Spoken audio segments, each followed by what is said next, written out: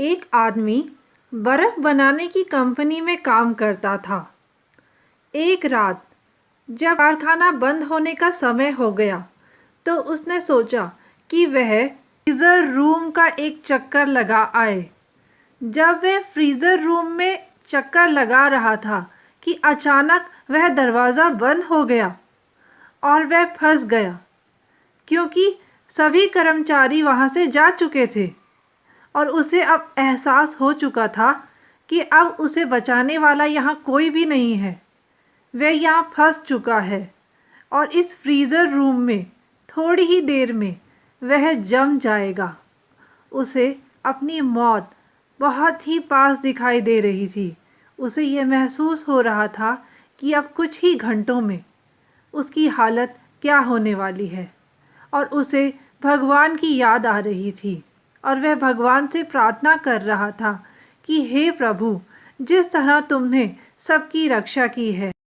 वह अपने कर्मों के लिए भगवान से क्षमा मांगने लगा और कहने लगा कि हे प्रभु, जिस तरह तुमने प्रहलाद को अग्नि से बचाया, अहिल्या को पत्थर से नारी रूप दिया, शबरी के मीठे बेर खाए, उसी तरह कृपया करें, अगर मैंने जीवन में कोई भी अच्छा काम किया हो तो मेरी रक्षा करें, क्योंकि मैं अपने परिवार का एकलौता ऐसा सदस्य हूँ जो काम करता हूँ और सबका भरण पोषण करता हूँ।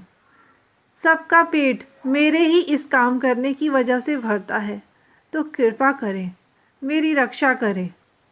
इतने में थोड़ी ही देर में उस दरवाजे के बाहर लगभग 1 घंटे में खटखट की आवाज़ सुनाई दी। और वह कौन था? अरे, यह तो वहाँ का चौकीदार था।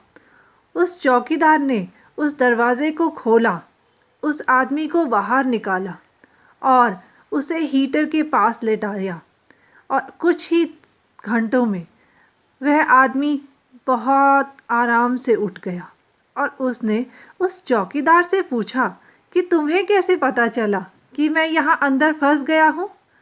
तो चौकीदार ने उत्तर दिया कि मालिक, आप हर रोज़ उत्तर दिया कि इस कारखाने में बहुत से लोग काम करते हैं और कुछ लोग तो ऐसे हैं जो मेरी तरफ देखते तक नहीं हैं, परंतु इतने लोगों में से एक आप ऐसे व्यक्ति हैं जो मुझे हर रोज़ बहुत ही मुस्कुराकर राम राम जी कहकर जाया करते थे, जो मुझे बहुत अच्छा लगता था।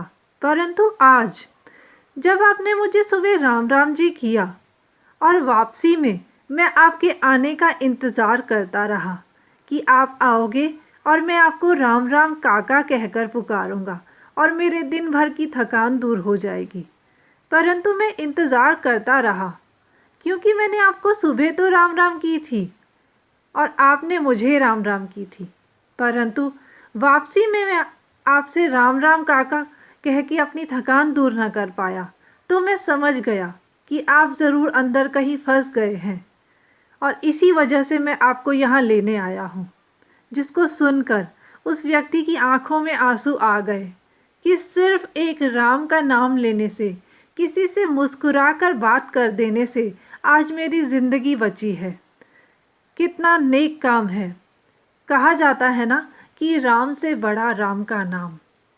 तो इसी तरह हमें ज़िंदगी में हमेशा मुस्कुराते हुए सबका सम्मान करना चाहिए। ज़िंदगी भी हमें यूं ही मुस्कुराती हुई मिलती है, तो यूं ही अपनी ज़िंदगी में मुस्कुराते रहिए और खिलखिलाते रहिए और मेरी कहानियाँ पसंद करते रहिए। Thank you.